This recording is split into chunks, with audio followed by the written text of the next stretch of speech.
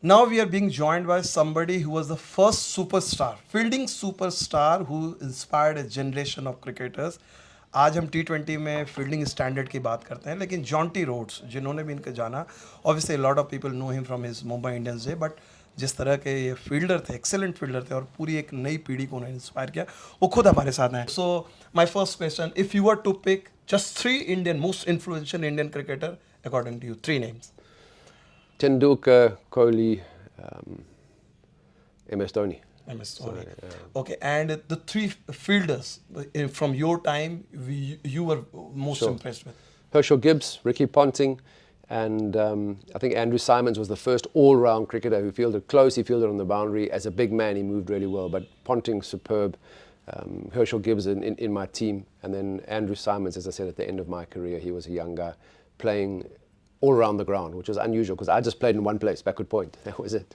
Three fielders from the past, matlab when you were not playing international cricket.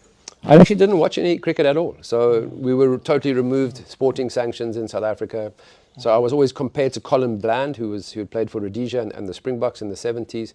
But I had no idea of what he did. Never watched him in any game. So I was never inspired by a fielder from the previous generation.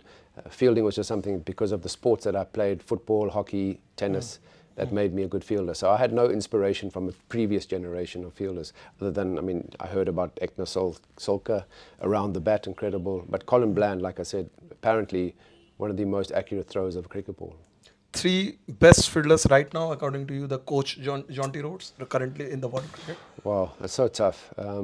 Jadeja, I know he's retired from T20, but he's just superb in the field. Glenn Phillips from New Zealand is amazing. And then, you know, so many guys that I've worked with. Glenn Maxwell is somebody who just does really freakish things, especially on the boundary. He takes some incredible catches. So, you know, I've been privileged to work with quite a few of those guys, and now I get to watch them. And it's, you know, for a while I felt like the father of fielding, but now I'm definitely the grandfather of fielding. Okay. So, according to you, if do you sometimes feel you could have been the bigger superstar had you played in this era, just purely because the fielding standard has gone up? No, you know, cricket these days, fielding is a requirement, but your batting and your bowling skills are the main thing. You can't afford to hide anybody in the field, but you know, I was somebody who fielded really well, and it added to my batting. My batting skills weren't good enough for international cricket these days, but yeah, I would have had time to evolve and change. So, but I definitely, I would have just been one of 50 players who were fielding really well.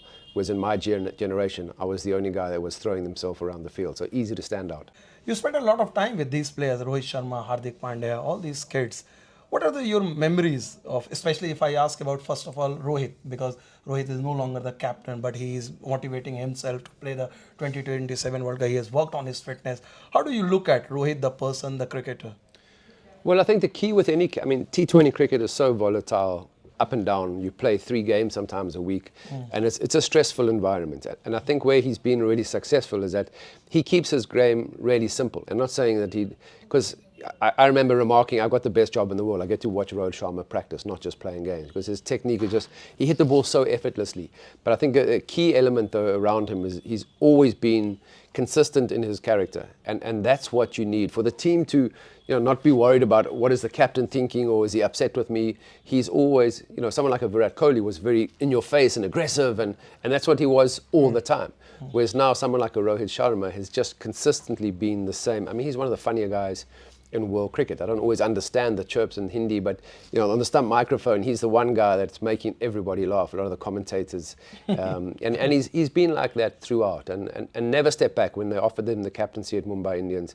You know, there were some great stars in the team, and he never said, well, maybe I'm not. He straight away from day one said, yes, I'll take the job, and that was amazing. You also spent quite quality time with someone like Jasprit Bumrah or maybe Tilak Varma and Hardik Pandya. What are your memories of these guys? Are you still in touch with them? How is that relationship? Sure, Bumrah was obviously discovered by Mumbai, and John Wright, I think, was at the time, he was the head coach, and then was used on the scouting role more than anything. Akshay Patel and Bumrah were discovered in the same IPL. And you know, Bumrah's first game was in Bangalore. His first couple of balls went for boundary, and then he got Virat Kohli out. You know, and you could see it settled him because he was such a nervous kid. And but the memory that I have of Bumrah every season was that he didn't play every game, he didn't play every match, but he learned something because he had Malinga. You know, he had one of the best bowlers of a Yorker, best bowlers of a slow ball, and he just every practice he soaked up information from Lasat Malinga. And you know, as a fast bowler, they're often criticized they're not the sharpest or the smartest guys in the team, but he was really, really sharp. And he learned his cricket. Every single practice, you could see he had learned something else and added it to his game, which was exceptional for a young player at that age. I never knew Tilak Varma, but Hardik Pandya and Krunal played together at Mumbai Indians with me. And I know that they spent a lot of time with Karan Pollard as he was playing in those days. And as all-rounders, they learned a great deal from someone like Karan Pollard. You are somebody who can understand a bit of Hindi. Because now you have become half Hindustani, if I may say. I'm very much half Indian, half South African. My daughter's name is India, so at times I do claim to be the father of India. But I must confess, I don't spend enough time in India picking up the language. I can get a gist of the conversation, but I don't have a command for Hindi, sadly. My daughter's very irritated with me because she says, "Dad, I'm born in India, my name is India, and I can't speak the language. Come on, let's fix it." So how does this India love started, if I may ask so? Because I believe PM Narendra Modi has spoken about that and your family. So how do you feel about it? Can you just talk about that? Sure, I think, you know, at the start of my cricketing career, it was during apartheid era South Africa. So I went to university, I have a degree, and then we went to the first World Cup in 1992. Before we were democracy. So only then did we, because the cricket board had unified. So we had the only sporting code in the whole South Africa where it was one governing body. Before that it was white and non-white cricket boards. But we were a unified body. And that racism that prevailed in that time meant that my entire community at school, in my town, my residential area, were all white kids. So all the same, looked like me, spoke like me, behaved similar to me. We were all sporty kids. We had parents who had sort of middle-class families. And that's been the biggest thing for me since I retired from playing cricket. Because when you're a cricket player in India, you fly in, you fly over the ground, or you fly over 30,000 feet over the country, you drive on the AC bus, you know, from hotel to stadium, from hotel to airport. And what happened during the IPL for me was learning to ride a motorbike firstly in Mumbai, which was a little bit difficult, but very grateful. I love the Bullet and the Royal Enfield, so I've always been somebody, every year that I come here, I actually drive across India or through India, whichever city I'm in, and I get to experience such incredible people. And that was the biggest thing for me, the biggest connection with India was that because of apartheid, because of the way that I grew up, there was no diversity in my existence.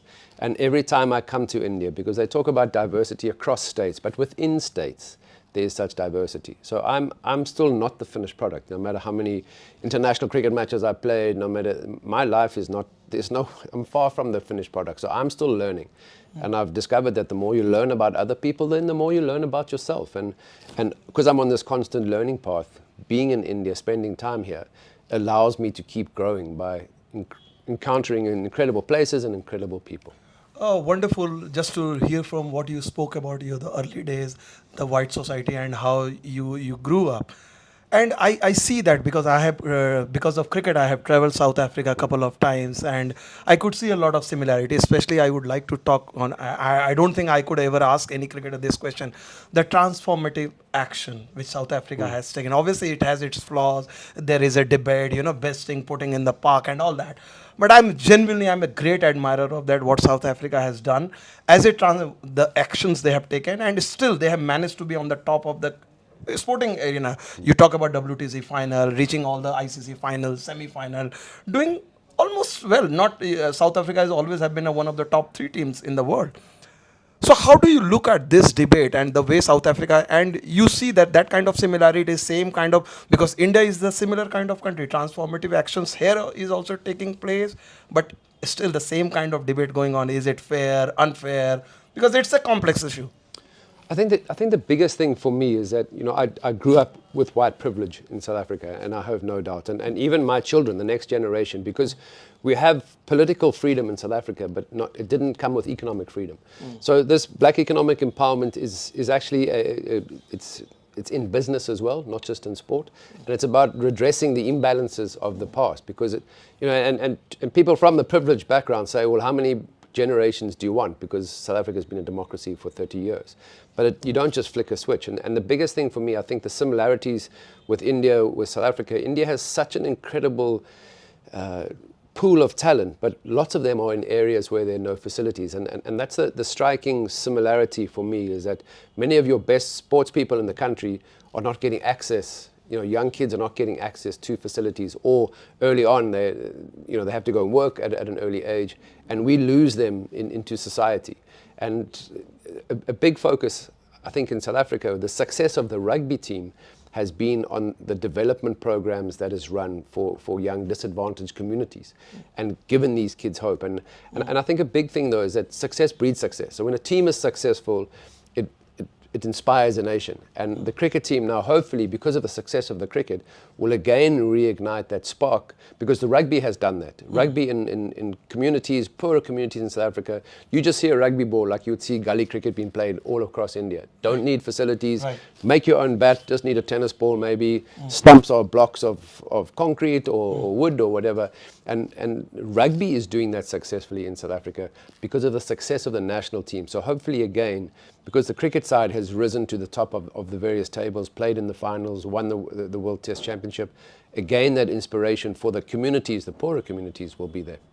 Bavuma, the test skipper, what would you say about him? The leader, especially the kind of innings he played, the way he leads. He's truly a leader.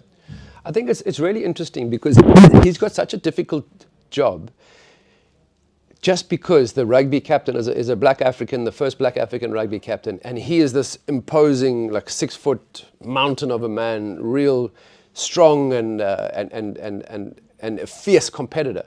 And Temba is a fierce competitor, but internally, because rugby is such a physical game, you have to have your sort of warrior mentality on display the whole time. But someone like a Temba Bavuma who leads quietly is internally a warrior, and you don't see that. You don't see the aggression, you just see this quiet resolve.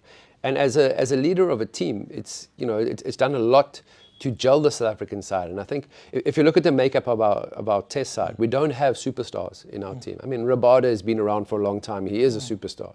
He's been, number one, top of the rankings. But you've got players there who, if you look at the rankings, there's not many South Africans in the top 10 of either bowling or batting, but as a unit, they play really well. And that's a big signal from not only the captain of the side, but from the coach as well, because it comes from management. If there's a strong relationship between your captain and your coach, there's a real steady ship. And I think that's what we're seeing with South Africa and Temba's leadership style. I don't know enough of Temba. I see him occasionally at functions and events, but if I watch matches and I see his captaincy, a lot of it is around just being quietly, internally very strong. Another question which I wanted to touch upon, like South Africa has shown, especially the black population. I remember one story where Makhaya Antony was picked from the very early childhood, and then he was the given opportunity, and then he finished with 300 test wicket, more than 300 test wicket. Similarly, Rabada has spoken about his parents were doctors, and whenever he used to go to his grandmother's house in village, and then he used to see a different world. So it also tells you, when we talk about race or caste in India, the privilege, where a lot of people think we are born with those privileges, but it's about opportunity. You give it opportunity, whether your color is white, my brown, someone else black, it doesn't matter. If you allow the same kind of opportunity, you are bound to successful today or tomorrow. Is that correct? Well, I think we know for sure that and for a long time, racism and caste was based on the fact that because you looked a certain way, you were superior, you had superior abilities, and we know that is not true. And for a long time, that was governance and science was backing it up, and we know there was a lot of nonsense. So people require the opportunity, and talent is abundant in all countries, in all colors and all races. And I think if you give equal opportunity to as many people as possible, which is why I think we've seen the success and the rise of cricket in India. I mean, cricket's always been passionate. People have loved cricket since '83 when India won it. But because of the IPL, we've seen every state has a league, has a T20 league. Young players are now getting a platform to showcase their skills, and just the funnel of talent coming in to be sort of refined at the elite level. The talent pool has increased drastically in India just because there's now access and facilities available to people in tier two, tier two cities, not just tier one, tier two cities. Tier three even. Yeah, so academies are popping up all over the place. And that's because of the success of the national team, the men and now the women, which is really exciting because I think you're going to see girls cricket and women's cricket in India grow exponentially to the next level. And it's about having access to facilities, and not just facilities, but good coaching as well. Final question, Jonty. So if today somebody wants to become a Jonty Rhodes, exceptional fielder, just want to make a mark purely on his fielding skill, what he needs to do? Sure. Firstly, there's no shortcut. Whether you're batting, bowling, fielding, if you're in business, you're playing other sports, it requires hard work. But if you love what you do, and especially in the field, it doesn't seem, I never felt like I worked hard. That's the first thing. Second thing is that you have to expect every ball to come to you. So I was told I had good reactions. It was not about good reflexes. It was about anticipation. I wanted every ball to come to me. In fact, if it didn't, I'll go look for it. Like I'm going to look for it upstairs. I'll see you all later. Thank you. Thank you so much, Jonty Rhodes, and wish you all the best. Thanks a lot. Thank you.